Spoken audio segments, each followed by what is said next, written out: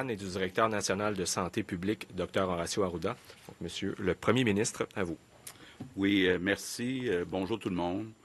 On a appris à 20 heures hier soir qu'il y aurait eu 31 décès à la résidence privée Aaron à Dorval, dans l'ouest de Montréal. On n'a pas jusqu'à présent toutes les informations, mais voici les informations qu'on a. On vous les donne toutes. D'abord, le 26 mars, il y a eu un premier patient qui est envoyé à l'hôpital général juif, qui est testé positif pour la COVID-19, puis il est décédé.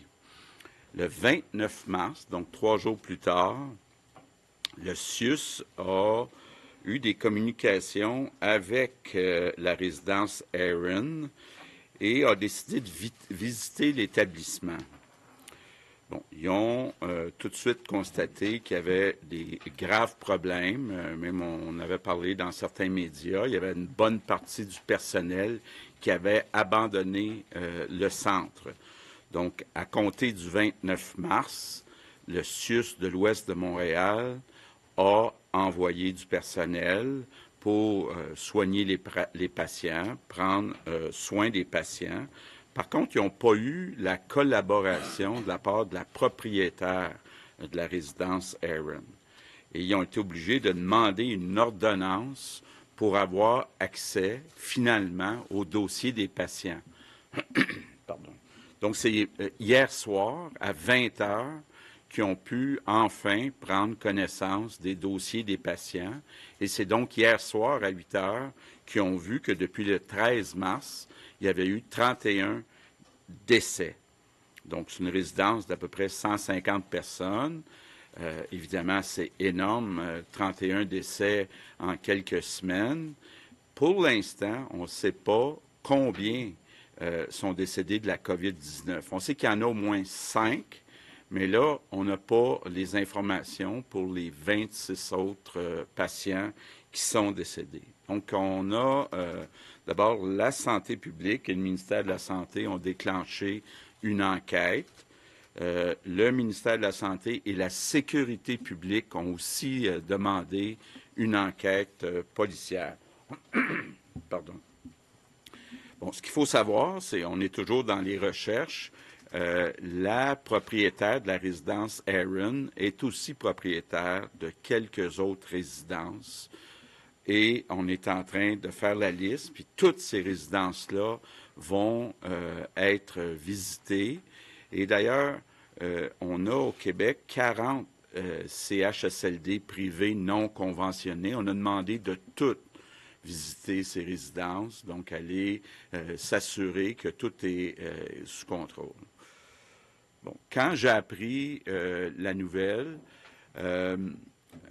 c'est pour ça que j'ai décidé, je ne devais pas être présent aujourd'hui, mais je veux venir dire aux Québécois, d'abord que c'est épouvantable, ce qui est arrivé à la résidence Aaron, et qu'on va évidemment s'assurer, non seulement à cette résidence-là, mais dans toutes les résidences, qu'on s'occupe bien pardon, de nos aînés. Et on est en train de transférer du personnel des hôpitaux vers les résidences, mais je veux dire aux Québécois là, que je trouve que ce n'est pas acceptable la façon dont on traite nos aînés au Québec. Ça fait longtemps qu'on sait qu'il manque du personnel dans les CHSLD, que le personnel n'est pas assez bien payé, en particulier au privé. On a ajouté des ressources au cours de la dernière année, mais pas fier là, de voir ce qui se passe dans nos CHSLD. Puis évidemment, on va commencer par gérer la crise là, actuellement, mais quand la crise va être sous contrôle, je veux qu'on revoie toutes nos façons de faire dans les résidences pour les personnes âgées. On doit ça à nos aînés, de s'occuper, de les soigner avec dignité. Puis moi, je veux donner ma parole aux Québécois, là, qu'on va poser les actions nécessaires pour qu'à l'avenir, dans nos résidences, on s'occupe bien de notre monde. Bon, vous savez qu'on a déjà ce projet de faire des maisons des aînés où il y a plus d'espace, où au total, il y a moins de résidents, où il y a plus de personnel, du personnel mieux payé.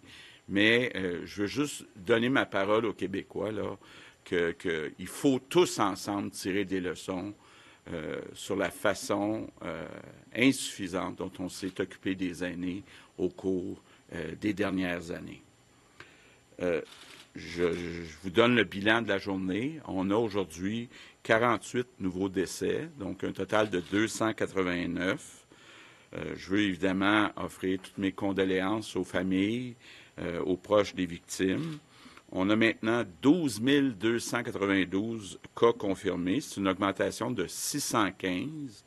Par contre, sur le côté des hospitalisations, on a 778 personnes hospitalisées, donc une augmentation de seulement 45, et 211 personnes aux soins intensifs, une augmentation de 25. Donc, comme vous le voyez, dans les hospitalisations, la situation est sous contrôle. Évidemment, il faut aller s'occuper des CHSLD et des résidences de personnes âgées. Tant qu'à être ici aussi, je vais en profiter pour revenir sur la question de la réouverture des écoles. Je veux être peut-être plus précis pour rassurer les parents. J'ai vu hier soir, entre autres, beaucoup de parents étaient inquiets sur le retour à l'école, que ce soit avant ou après le 4 mai.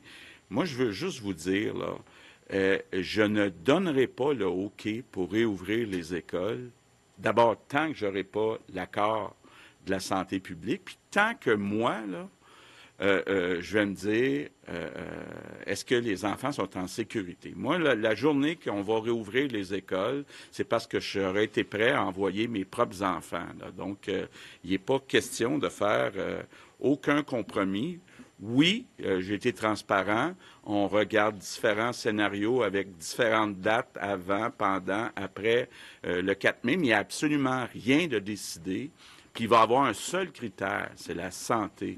La santé, c'est pas l'économie, c'est la santé des Québécois qui va primer pour décider quand on réouvrira les écoles. Évidemment, on va suivre chacune des journées qui s'en vient, chacune des semaines qui s'en vient, quelle est la situation de la contamination, et on va prendre une décision qui est dans l'intérêt de nos enfants. Nos enfants, c'est ce qu'on a de plus important.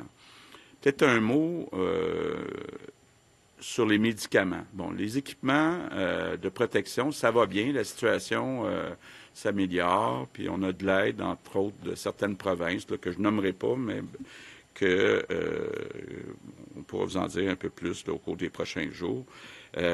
Mais on a un problème du côté des médicaments.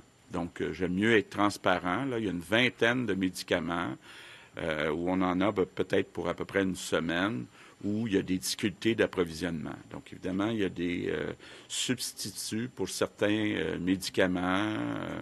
On parle avec le fédéral, avec les autres provinces, pour voir comment on peut trouver des solutions. Mais je voulais quand même dire, comme je l'ai fait depuis le début, toute la vérité à la population. Il y a certains médicaments là où on a des inquiétudes. Donc, je termine en vous répétant, d'abord, à court terme, on va tout faire pour bien s'occuper de nos aînés.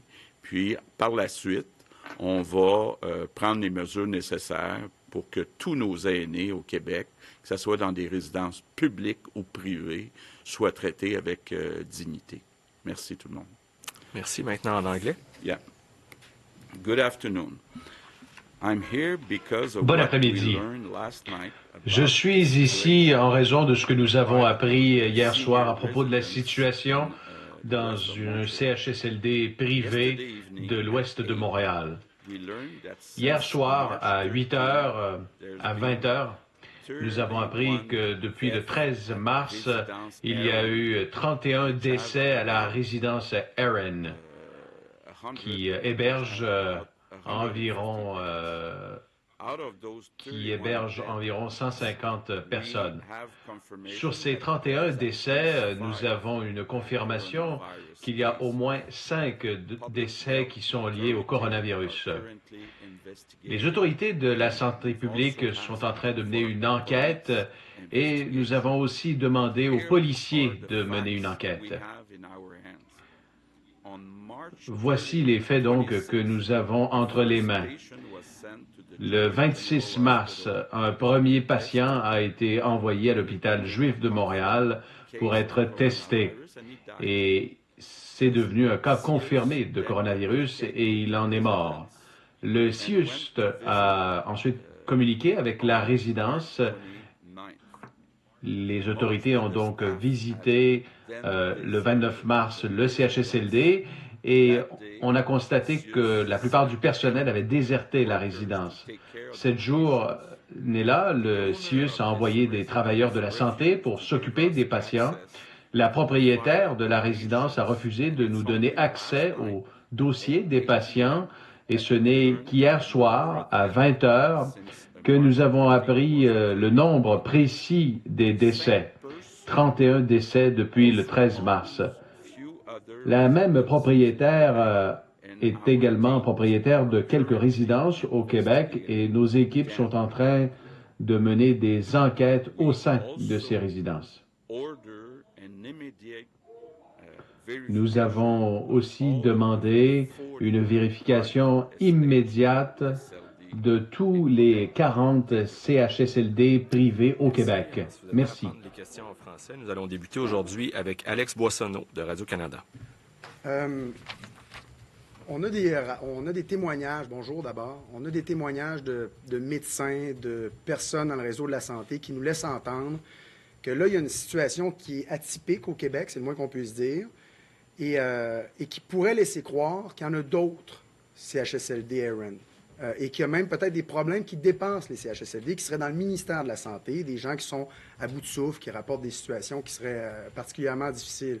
Dans quelle mesure on peut avoir la certitude qu'il n'y en a pas d'autres situations comme celle-là, qu'on n'apprendra pas qu'un autre CHSLD privé, par exemple, où les patients sont traités de cette façon-là? Est-ce qu'on fait seulement réagir à ce qui se passe ou on est au-devant de la vague? Je vais commencer une réponse en vous disant qu'à chaque matin, on a la liste complète de chacun des CHSLD avec le nombre de cas confirmés, le nombre de décès. Ici, les informations ont été cachées. Donc, évidemment, c'est difficile d'être inquiet d'un CHSLD qui nous cache une situation. Nous, on pensait qu'il y avait quelques décès, quelques cas confirmés. Mais je peux vous dire qu'il y a un suivi.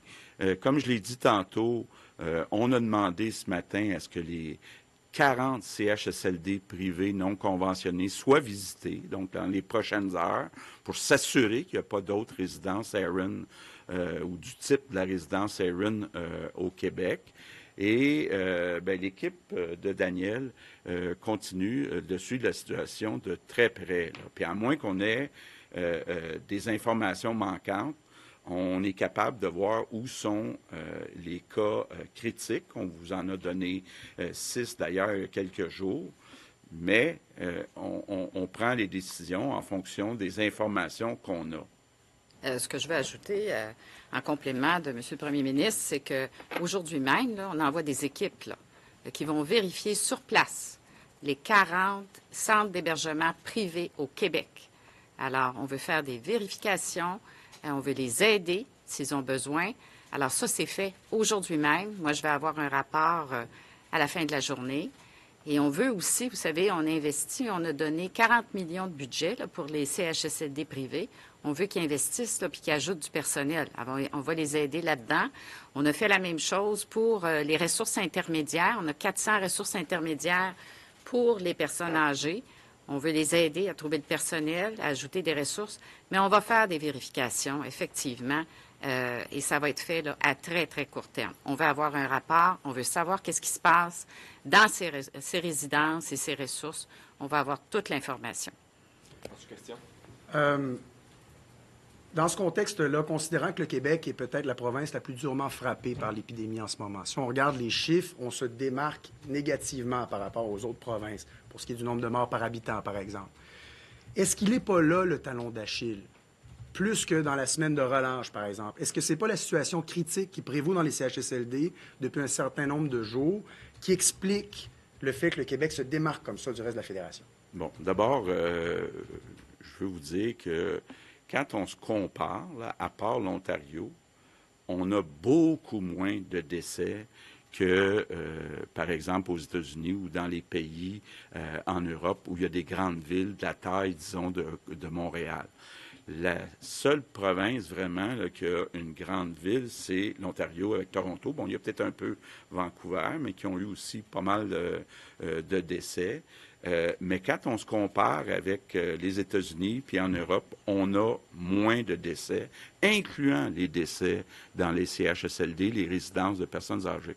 Puis comme je l'ai déjà dit, on s'attendait quand même à ce qu'il y ait beaucoup de décès dans les CHSLD, parce que dans les CHSLD, on a les personnes qui sont âgées et qui sont malades. Donc, c'est normal qu'on ait plus de personnes, parce que plus vulnérables, qui décèdent dans ces résidences. C'est à peu près 70 % des décès. Mais je ne pense pas que ça soit différent de pays qui ont le système comme le nôtre. Prochaine question, Louis Lacroix, Cogeco Nouvelles. Monsieur le Premier ministre, Mme McCann, M. Arruda, sur justement la situation de Aaron, bon, vous dites que la sécurité publique a été, en fait, va enquêter. Est-ce que c'est votre gouvernement qui a demandé, en fait, je pense que c'est la SPVM là, qui va faire l'enquête là-dessus, les crimes majeurs de la SPVM. Est-ce que c'est à la demande du gouvernement qu'il y a une enquête criminelle là-dessus? Oui, c'est à la demande du ministère de la Santé et du ministère de la Sécurité publique. En sous-question, vous avez dit tout à l'heure que vous voulez tout faire pour faire en sorte que dorénavant les personnes âgées soient mieux traitées dans notre société. En marge de la pandémie, ce que vous avez fait, c'est que vous avez amélioré les conditions de travail, entre autres des préposés aux bénéficiaires, leur avez accordé des primes, etc. Est-ce que vous pouvez les assurer, ces gens-là, que ces primes-là vont rester après la crise et qu'ils ne vont pas se retrouver exactement dans la même situation qu'ils étaient avant d'entrer dans cette crise-là? Oui, moi je peux leur donner une certaine assurance, parce qu'effectivement, là, on avait dans nos CHSLD privés des gens qui gagnaient, par exemple, 13 $ de l'heure pour s'occuper de nos aînés. Donc, c'est pour ça qu'on a donné un boni de 4 $ de l'heure. C'est longtemps qu'on sait un problème, qu'on connaît ce problème-là. Je parle de plusieurs années. Dans les CHSLD publics, les employés sont plus à 20 $ de l'heure et plus. Donc, il y a un écart de ce côté-là. On ne peut pas dire, ben ça, c'est le privé, on s'en occupe pas. C'est quand même nos aînés. C'est pour ça que je dis, moi, là, je trouve ça inacceptable, puis faut changer ça. Mais évidemment, ça suppose aussi d'avoir plus d'espace. Donc, quand on parle de construire des maisons des aînés, bien, c'est sûr qu'on ne peut pas, du jour au lendemain, offrir aux gens. Le concept qu'on veut, là, c'est d'abord de ne plus avoir là, des centres là, qui ont plusieurs centaines de résidents, que ce soit des plus petits centres, avec plus d'espace par résident, d'être capable, quand il arrive une situation de crise, d'avoir une zone chaude, une zone froide, d'être capable d'avoir plus de personnel, du personnel compétent qui est bien payé. Donc, c'est tout ça qu'on va regarder éventuellement là, dans les maisons des aînés, puis dans la rénovation des CHSLD actuels. Puis, bon, là, pour l'instant, c'est difficile d'agir à court terme parce qu'il nous manquerait de l'espace pour faire ce qu'on veut faire. Mais, en complément, ce qu'on fait actuellement, là, il y a beaucoup de choses qui vont rester. On envoie du renfort, beaucoup de renforts là, actuellement, puis ça va continuer. La semaine prochaine, on a les gens de l'éducation. Bon, évidemment, ils vont retourner éventuellement à leur emploi d'origine, mais pour le moment, là, pour le temps qui vient, ils vont nous aider. Des gens de l'éducation qui arrivent là, en renfort dès la semaine prochaine. On réorganise les équipes. Et on veut que ce soit le plus étanche possible entre zone froide et zone chaude. Ça, c'est déjà fait. Mais on veut aussi, encore une fois, que les gens n'aillent pas d'un édifice à l'autre et d'une unité à l'autre. Alors ça, c'est des façons de faire qu'on va garder. Et ça va nous aider même dans la saison de l'influenza. Parce que là aussi, on a un virus qui se propage. Et il y a aussi toute la couverture médicale. La couverture médicale. Nos médecins de famille. Et là, il y en a 450 qui viennent nous aider maintenant. Et là, il y a des nouvelles façons de faire. On peut être sur place, on peut être par téléphone, on peut faire de la téléconsultation. Mais là, il faut voir à tout ce monde-là. Il faut voir aux gens qui sont dans les CHSLD, mais aussi dans les résidences pour personnes âgées autonomes et dans les ressources intermédiaires. Puis là, on est en train de mettre sur pied des moyens de télécommunication. On veut que nos personnes aînées aient une couverture médicale suffisante, adéquate. Alors, c'est là-dessus qu'on travaille et c'est sûr qu'après la crise, on va vouloir garder beaucoup de ces transformations qu'on est en train de faire. Là, on va gérer la crise. Merci. Maintenant, si je peux me permettre, Marc-André Gagnon, du Journal de Québec, Journal de Montréal, à la lumière de cette histoire, cette situation, vous qualifiez vous-même, Monsieur le Premier ministre, d'épouvantable. Et à raison, au CHSLD Héron. Est-ce que votre gouvernement, parce que vous parlez de l'avenir, pourrait, par exemple, mettre en place un système d'inspection plus régulière, là, non seulement dans les CHSLD, mais dans l'ensemble des résidences pour aînés? Et pourquoi ne pas mettre en tutelle là, les autres résidences qui sont la propriété, là, donc des gens qui sont en charge, qui étaient en charge du CHSLD Héron? Bon, d'abord, je vous rappelle, là, avant toute la crise de la COVID-19, rappelez-vous Marguerite Blais, qui a visité plus d'une centaine de résidences, qui nous disait qu'il y a beaucoup de travail à faire dans plusieurs résidences. Donc, évidemment, là, puis je pense qu'il ne faut pas séparer public-privé. Il faut regarder comment on peut, bon, d'abord, évidemment, mieux financer. C'est sûr que si on finance mieux, malgré que les gens payent des loyers très élevés dans des résidences comme Héron. Donc, il faut être capable de s'assurer que les services soient donnés, que le personnel soit embauché, que le personnel compétent soit embauché, bien payé. Il y a tout un chantier. Rappelez-vous, la dernière campagne électorale, c'était un de nos engagements importants avec les maisons des aînés, de revoir complètement la façon dont on soigne nos aînés dans les résidences. Donc, c'est un chantier qu'on ne pourra pas réaliser en quelques mois, même en quelques années, mais il faut complètement revoir les façons dont on donne les services dans ces centres. Merci. Vous avez fait référence tout à l'heure à vos propos qui ont soulevé beaucoup de commentaires concernant la fermeture éventuelle des écoles. Il y a aussi un autre élément qui a donné place à une certaine confusion hier concernant l'annulation des événements culturels et sportifs jusqu'à la fin août. D'abord, pourquoi ne pas avoir fait cette annonce-là vous-même hier pour éviter justement qu'il y ait de la confusion alors que votre gouvernement a plutôt procédé par voie de communiquer. Il y a plusieurs questions qui sont demeurées sans réponse. Est-ce que c'est possible pour vous aujourd'hui de clarifier la situation concernant les événements sportifs et culturels? Bon. Ce qu'on a dit hier, c'est que les événements importants, culturels, les festivals, vont être annulés jusqu'au 31 août.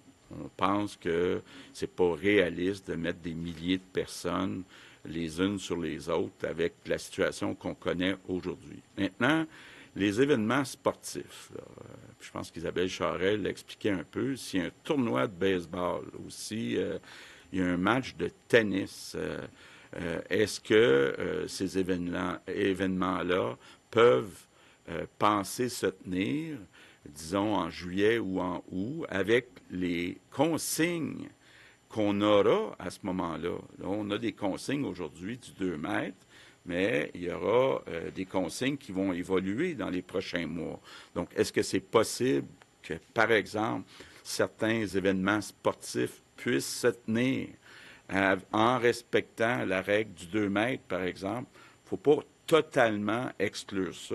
Mais moi, je pense que c'est important d'envoyer le message aux grands organisateurs de grands événements, de dire arrêtez de dépenser de l'argent pour organiser ça. Là, on ne pense pas que vous allez être capable de tenir ça là, d'ici le 31 août. Donc, c'est ça l'idée.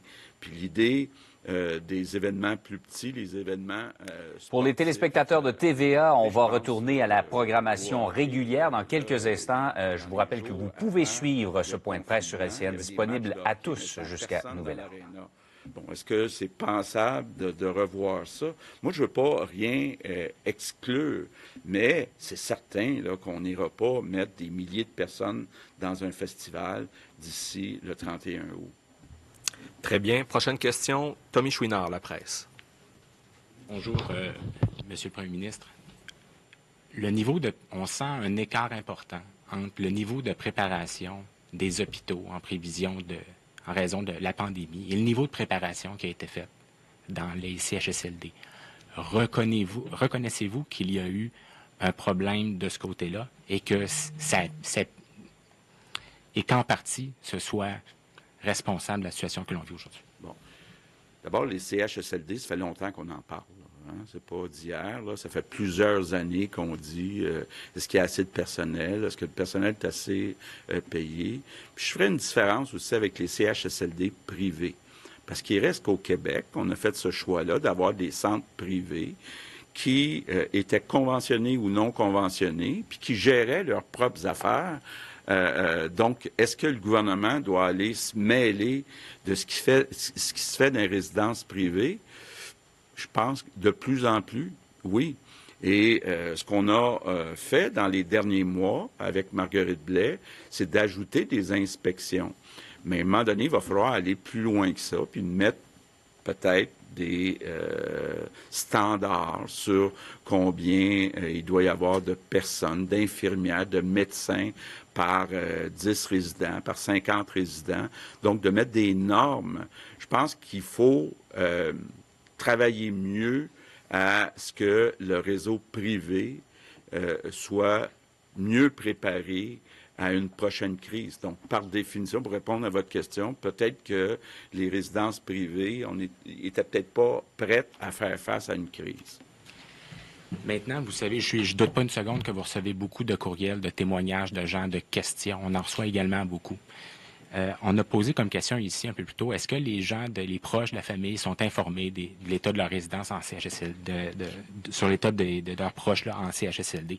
Ça semble pas être le cas. On reçoit beaucoup de témoignages, M. Legault, puis je vais juste en citer un. Là. Une personne qui n'a pas de nouvelles. Son père est déjà décédé de la COVID-19. Sa mère est atteinte de la COVID. Elle n'a pas de nouvelles. Puis elle dit, après avoir vécu des crises de larmes, d'anxiété, d'angoisse, je m'unis donc à tous les sans-voix qui ont perdu ou qui perdront un proche dans les semaines à venir. Je les porte avec moi et dans mon cœur et j'ose espérer que mon témoignage permettra de changer positivement et rapidement les choses. Comprenez-vous qu'il y a parfois un écart entre ce qui est dit ici et ce qui se passe sur le terrain? Bon. Bien, je pense qu'il y a un écart aussi entre la directive qui est donnée et ce qui est possible humainement de faire à certains endroits. La directive qui est donnée, je dirais, depuis au moins une semaine, à tous les centres, c'est d'aviser les familles. Donc ça, la directive est très claire. Est-ce qu'il y a certains centres qui sont débordés puis qui se disent c'est pas mal plus important de donner des soins que d'appeler la famille? Ça peut être arrivé, mais je pense que ça reste des exceptions. Puis ce qu'on discutait hier encore, Daniel et moi, c'était de dire peut-être qu'il faut embaucher des personnes qui pourraient juste faire ça. On n'a pas besoin nécessairement d'avoir un médecin ou une infirmière qui appelle la famille pour donner des informations sur le résident ou la résidente. Donc, ça fait partie du travail. Notre objectif, c'est que toutes les familles soient tenues au courant, mais je peux concevoir qu'il y ait eu des exceptions. Merci. Maintenant, prochaine question. Alain Laforêt, TVA Nouvelles. Monsieur le Premier ministre, Madame la ministre, Monsieur le directeur,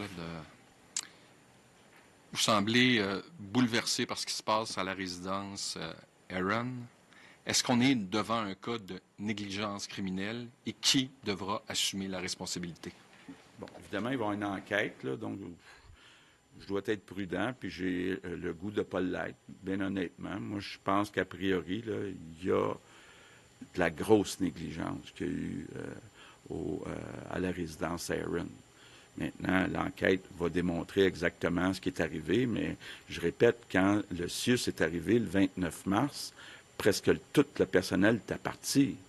Ça n'a pas de bon sens qu'on arrive dans un centre puis que la majorité du personnel soit parti. Là. Donc, je pense que ça regarde beaucoup comme de la grosse négligence. Là. Madame la ministre, des sources et des informations confirment qu'il y a de la désorganisation aussi dans les CHSLD publics. À certains endroits, le personnel est laissé à lui-même. Il y a des gens qui se présentent, il y a des gens qui quittent plus tôt. Est-ce que vous avez une vraie lecture de la situation, de ce qui se passe dans les CHSLD, et j'insiste, publics? Oui.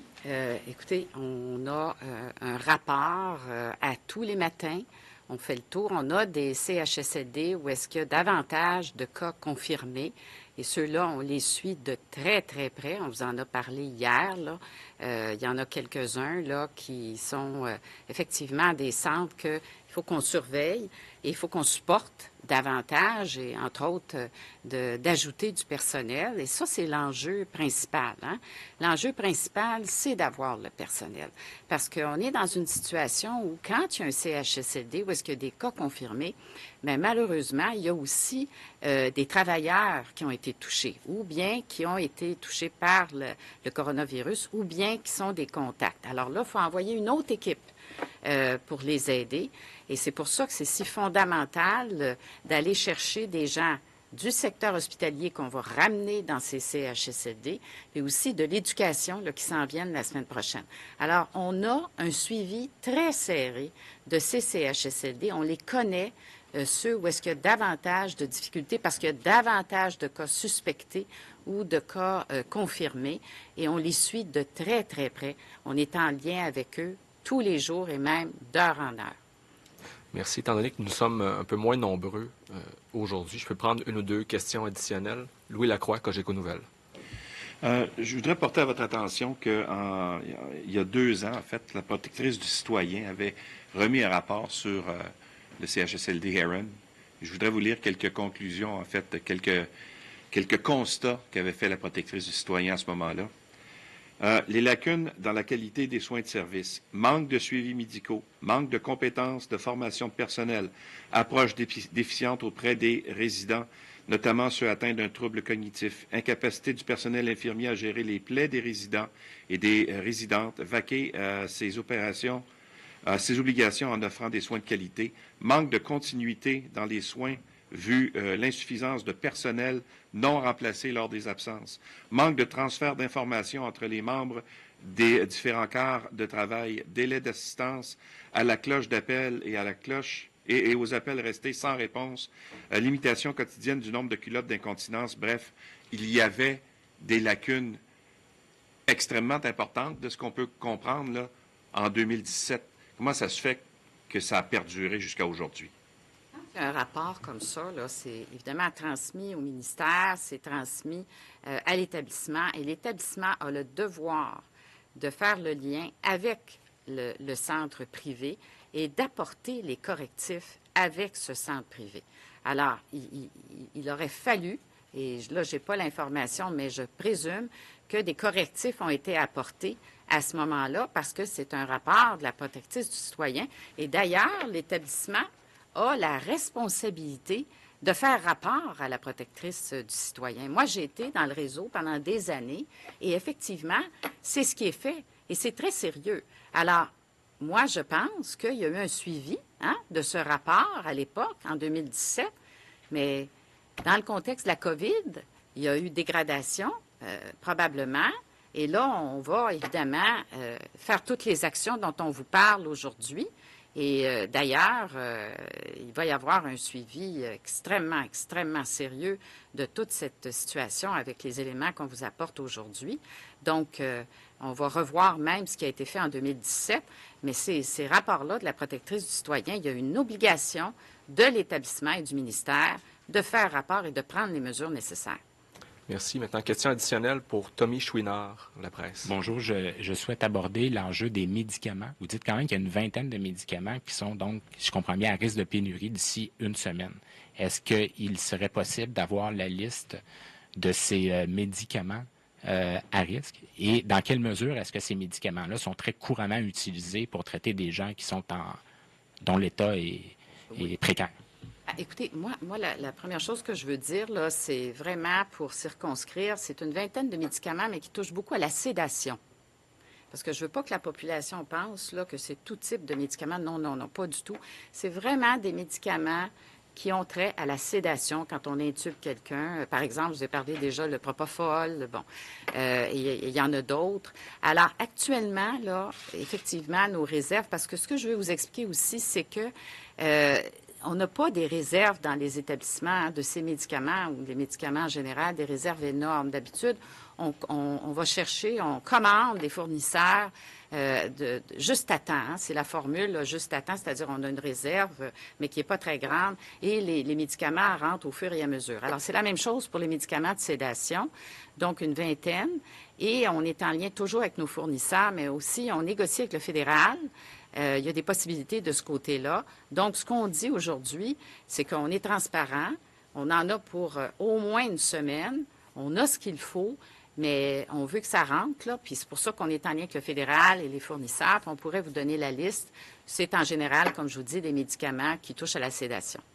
Monsieur Boissonneau, Radio-Canada, question additionnelle. Pour préciser un peu ce qu'il en était de l'ouverture possible des écoles avant le 4 mai, dans le cas où on n'ouvre pas les écoles, est-ce qu'il y a d'autres scénarios qui sont étudiés? Par exemple, des classes à distance systématiques, le fait que des trousses peut-être améliorées, parce que d'ailleurs, on a eu beaucoup de plaintes par rapport aux trousses, comme quoi il y en avait qui étaient assez sommaires, là, que c'était presque absent, en fait. Et s'il n'y a pas de rentrée, disons, avant septembre, est-ce qu'il y a lieu, est-ce que les enseignants peuvent s'attendre à être payés plein salaire, étant donné qu'il y avait des gens qui avaient soulevé des problèmes d'équité aussi par rapport aux autres personnes qui ont perdu leur emploi dans toute cette crise? Bon, d'abord, on n'a pas regardé de scénario où les enseignants ne seraient pas payés, ça c'est clair.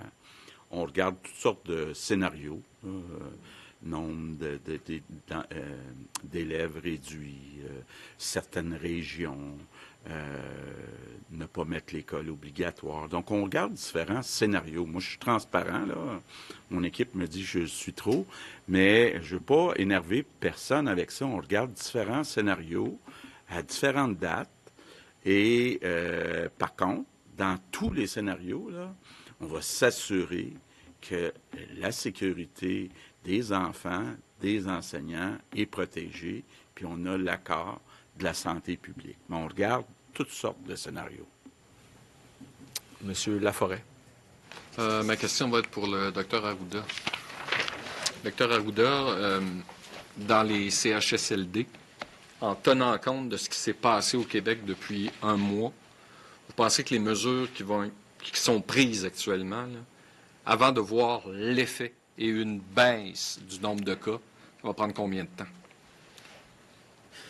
C'est toujours difficile de prévoir, mais on sait que les mesures, habituellement, faut compter l'effet de la mesure qui est autour de 14, 15, 20, jusqu'à 21 jours. Puis après ça, l'effet sur les maladies qui vont avoir été acquises, sur les décès ou les hospitalisations, avec un autre 15 jours.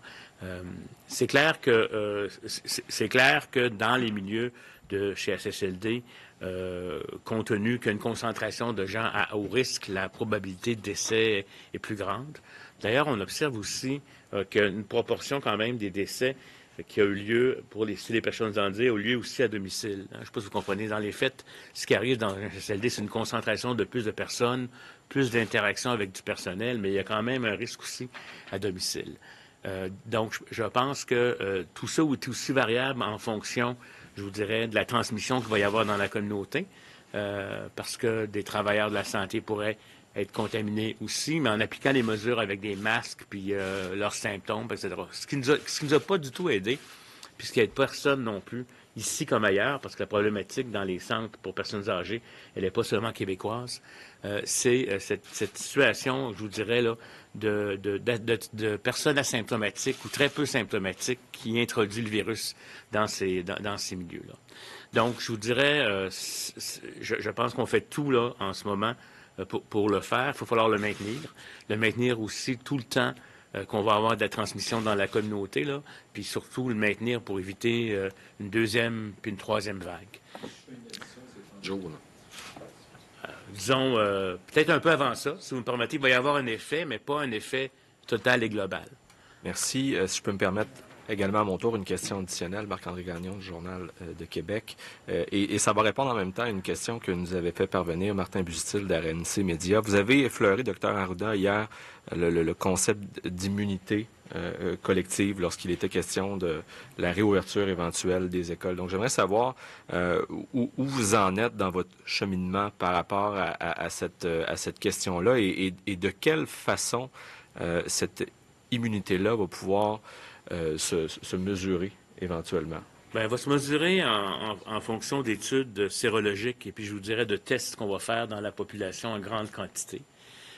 Et c'est assez difficile, je vais vous dire, d'où l'importance des études de séroprévalence, c'est assez difficile de savoir si c'est 10, 1, 20 ou 30 ou 40 de la population qui a été atteinte. C'est clair qu'elle n'est pas à 80 ou 70 vous voyez, on a vraiment abaissé la courbe. On n'a pas eu ce qu'on appelle la crise sanitaire qu'on aurait pu avoir dans nos centres hospitaliers, comme c'est arrivé ailleurs. Et donc, on va le regarder. Puis, vous savez, cette question d'immunité naturelle, elle va être importante, mais elle va être importante à gérer aussi en fonction de ne pas exposer les plus vulnérables. Je sais qu'il y a des parents qui étaient très inquiets parce qu'ils ont eux-mêmes des maladies chroniques, ils ne voulaient pas que leur enfant soit... Fait qu'il faut falloir qu'on ait des stratégies qui vont protéger ces personnes-là aussi. Pas rien que les 70 ans et plus, mais les personnes qui ont des maladies chroniques et autres. Puis on va voir progressivement. Puis comme je vous le dis, il n'y a aucune décision prise. On regarde tous les scénarios, on regarde ce qui est publié dans la littérature, puis on va mesurer. Puis à chaque fois qu'on va faire un mouvement, comme je le disais tantôt, pas tantôt, mais c'était hier, mais de réostat ou qu'on va ouvrir, on va prendre des mesures pour voir ce qui se passe pour réajuster. Parce que ce qu'on ne veut pas, c'est aller trop vite, puis à ce moment-là, après ça, ne pas pouvoir reculer, puis qu'on est dans une escalade. Mais il faut falloir quand même, vous savez, on ne pourra pas rester confiné pendant 1 an, 2 ans, 3 ans à attendre. Puis plus on confine, moins il y a de la transmission. Puis c'est sûr que l'arrivée d'un médicament et d'un vaccin, c'est quelque chose qui va être aidant pour immuniser les plus vulnérables. Merci. Donc, c'est ce qui complète pour les questions en français. Nous allons maintenant passer aux questions en anglais qui, aujourd'hui, nous ont toutes été envoyées par courriel de la part de collègues qui travaillent à partir de la maison. So the first question is from Phil Autier, Montreal Gazette. Alors, la première question de Phil Autier de la Gazette. Pour Mme McCann, nous savons que la résidence Aaron a été placée sous tutelle le 29 mars. Vous avez mis sur pied une équipe pour enquêter, mais il y a plusieurs familles qui indiquent qu'elles ont été laissées dans l'ignorance sur la réalité de ce qui se passe dans ces centres depuis plusieurs mois. Comment peut-on corriger la situation? Bien, ce sera corrigé. La première chose que nous devons faire, c'est de vérifier la situation dans l'ensemble des CHSLD privés. C'est ce que l'on fait aujourd'hui. J'obtiendrai un rapport et je veux que toutes les familles soient contactées. C'est important. Les familles doivent être informées de ce qui se passe et tout spécialement avec ce qui s'est passé à la lumière de la réalité à la résidence Aaron. Alors, les familles seront contactées bientôt et devront obtenir toute l'information à propos de la condition de leur être cher. Depuis le début de la crise, et la question est pour M. Legault, vous avez dit que vous faisiez preuve de leadership, mais ensuite les médias ont obtenu des rétroactions de la part de parents qui sont inquiets par la perspective de rouvrir les écoles comme vous l'avez évoqué hier. Écoutez, il est clair que lorsque nous réouvrirons les écoles, il y aura des parents qui seront craintifs face à cela. Nous le savions, je le sais, mais je veux être clair sur une chose. Sur la réouverture des écoles, cela ne sera pas fait avant que nous ayons d'abord l'accord, le feu vert de la santé publique. Et j'aurai aussi besoin d'avoir une assurance personnelle qu'il n'y a aucun risque pour les jeunes et pour les professeurs. C'est très clair. Nous allons suivre la situation au cours des prochains jours et des prochaines semaines. On ne peut pas dire à ce moment-ci quand nous allons ouvrir les écoles, mais nous avons différents scénarios, différentes dates. Et il y a aussi d'autres scénarios à propos de réouverture partielle. On pourrait rouvrir certaines écoles dans certaines régions seulement. Nous avons plusieurs scénarios, donc. Et je veux être très clair, la santé sera toujours le premier critère. Merci. La prochaine question. Pour M. Legault, est-ce que c'était une erreur de dire que vous pourriez réouvrir les écoles avant le mois de mai? Est-ce qu'il n'y aurait pas été plus prudent de parler du mois de septembre? Est-ce que c'est la bonne chose de dire la vérité? Oui, nous avons quelques scénarios de réouverture avant le 4 mai, d'autres après le 4 mai. Parfois, vous savez, en politique, ce n'est peut-être pas bien de dire toute la vérité, mais vous me connaissez, j'aime dire la vérité, mais peut-être que la façon que je l'ai dit a effrayé quelques personnes, et j'en suis désolé.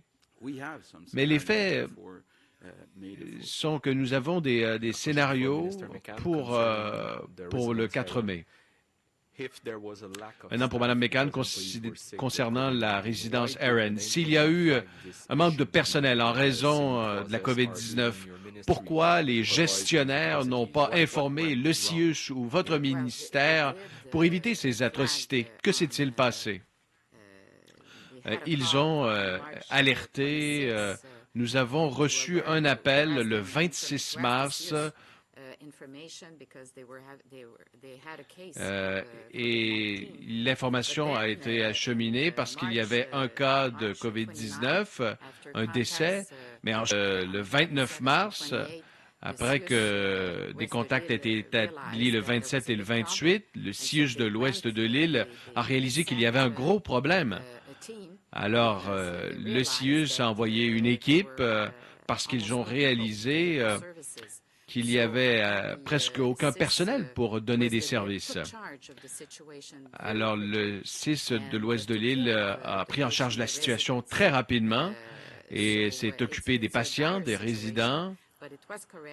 Alors, c'est une situation difficile qui a été corrigée et comme nous l'avons mentionné, nous avons eu des difficultés avec la propriétaire qui ne collaborait pas et nous avons enfin reçu les clés pour ouvrir certaines zones et nous avons découvert des données et on a découvert qu'une trentaine de personnes étaient mortes au cours du dernier mois, dont 5 de la COVID-19.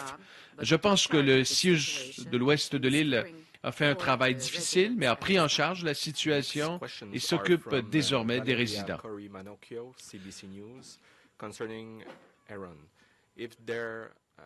Concernant la résidence Aaron, s'il y a une vague de mortalité dans cette résidence, où est l'imputabilité? The question was, where's the oversight regarding the resident Aaron? Where's the accountability? La question est à propos de l'imputabilité. C'est une résidence privée. Alors l'imputabilité, eh bien, revient à la propriétaire. Et malheureusement, la propriétaire n'a pas collaboré avec nous et ça a pris plus d'une semaine avant qu'elle nous donne les documents, les dossiers des patients et nous avons même eu devoir obtenir un ordre de la Cour pour l'obtenir. Deuxième question, il y a des groupes de parents et d'enseignants qui disent qu'il serait précipité de renvoyer les enfants très rapidement. Vous ne croyez pas que cela pourrait détruire tout le travail qui a été réalisé par les Québécois depuis le début de la crise? Je veux dire aux parents que nous n'allons pas précipiter leur retour à l'école. Nous allons renvoyer les élèves à l'école quand nous aurons l'assurance qu'il n'y a aucun risque pour eux. Mais maintenant, nous ne savons pas quelle sera exactement la situation dans une semaine, dans 2 semaines, mais nous allons étudier et discuter avec la santé publique et prendre une décision. Ce que j'ai dit hier, c'est que nous avons quelques scénarios avant le 4 mai pour une réouverture après le 4 mai. En ce moment, je ne peux pas à 100% répondre à la question quand allons-nous rouvrir les écoles. Mais ce que je peux vous dire et ce que je peux assurer à la population, c'est que nous n'allons pas rouvrir les écoles jusqu'à ce que nous ayons l'assurance qu'il n'y a aucun risque pour les enfants. Prochaine question. Croyez-vous toujours que de déménager des patients de l'hôpital dans les CHSLD était la bonne décision, maintenant que nous voyons qu'il y a plusieurs cas d'infection et des gens en meurent? Je veux dire que le transfert de nouveaux patients des hôpitaux vers les centres d'hébergement de longue durée sont arrêtés. Ce que nous faisons actuellement, c'est que nous sécurisons les CHSLD et on s'assure qu'on ait suffisamment de personnel pour répondre aux besoins. Et on divise les résidences en deux zones, zone chaude et zone froide. Et ce qu'on a fait au cours des dernières semaines, c'est de préparer les hôpitaux, car nous devions être préparés au pire des scénarios où on aurait eu besoin de 6 000 lits. Et en même temps, on doit maintenant sécuriser nos résidences de soins de longue durée. On a stoppé rapidement les visites, on a organisé les équipes. Mais ce virus représente un défi. Et comme on l'a dit, malheureusement, nos aînés sont ceux qui sont les plus à risque. Alors maintenant, on s'adapte encore plus parce qu'il y a de la transmission communautaire. Le docteur Arruda l'a bien mentionné, la propagation s'effectue. Et ce qu'on fait, c'est qu'on s'adapte et on adapte nos interventions à la nouvelle réalité. Nous allons réorganiser le système en fonction de cette nouvelle réalité et ajouter du personnel pour s'occuper de la situation. Et deuxième et dernière question. L'Ontario a obtenu des tests de dépistage qui ne fonctionnent pas. Comment le Québec peut s'assurer que ça ne se produise pas? Nous n'avons pas de problème avec le nombre de tests. Ce qui est clé pour nous, c'est le réactif chimique, là. Mais pour les tampons, nous n'avons pas de problème à court terme. Merci à vous trois. C'est tout le temps que nous avons. Merci.